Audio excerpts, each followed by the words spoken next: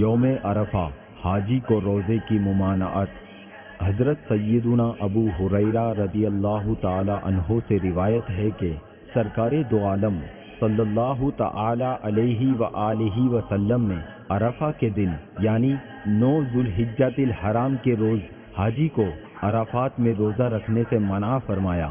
آپ اس مدنی پھول کو دعوت اسلامی کے اشاعتی ادارے مکتبۃ المدینہ کی مطبوعہ شیخ طریقت امیر اہل سنت دامت برکاتہم العالیہ کی مایہ ناز تالیف مدنی پنصورہ کے صفحہ 352 سے پڑھ کر مستفید ہو سکتے ہیں۔ آپ اس کتاب کو دعوت اسلامی کی ویب سائٹ www.dawatislami.net سے اردو کے ساتھ ساتھ مختلف زبانوں میں بھی ڈاؤن لوڈ کر سکتے ہیں۔ آج ہی اس کتاب کو مکتبۃ المدینہ کی مختلف شاخوں سے طلب کیجیے۔ نیز شادی غمی کی تقریبات، اجتماعات، آراس اور اجتماعات میلاد وغیرہ میں مکتبۃ المدینہ کے شائع کردہ رسائل تقسیم کر کے ثواب کا ڈھیروں خزانہ حاصل کر سکتے ہیں۔